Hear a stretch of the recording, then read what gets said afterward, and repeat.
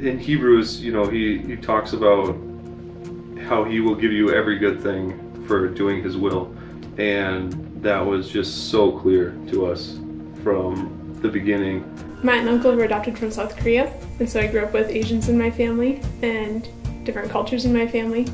And so before we got married in our premarital counseling, international adoption specifically, is something we had talked about. And so now I'm 30, and so we can actually do it. So adoption was plan A for us. Our heart is to really reach out to the kids in the Duluth area.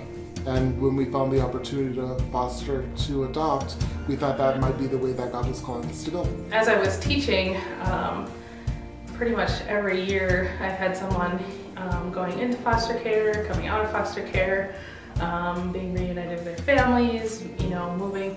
God sets the solitary in families. And that was what just kept going through my head, is that's what God is all about. He's all about taking somebody, whether it's a literal family, whether it's setting someone in a church family that can help them grow and support them.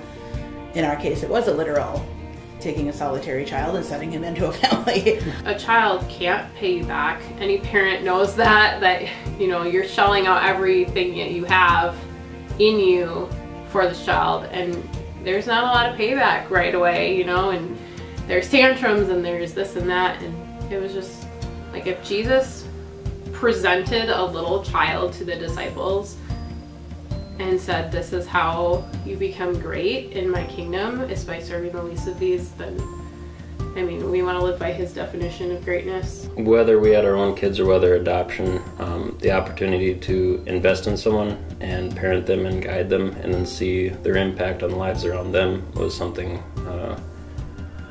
very worthwhile for me.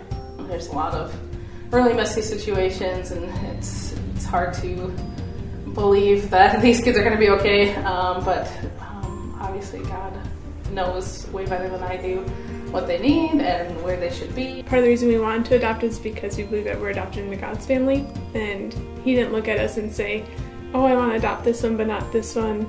Like, he looked at me and all my sin and he said, I want that one. Any investment that you make in that child is going to be with them for the rest of their life. And that's a huge deal. It's a huge deal.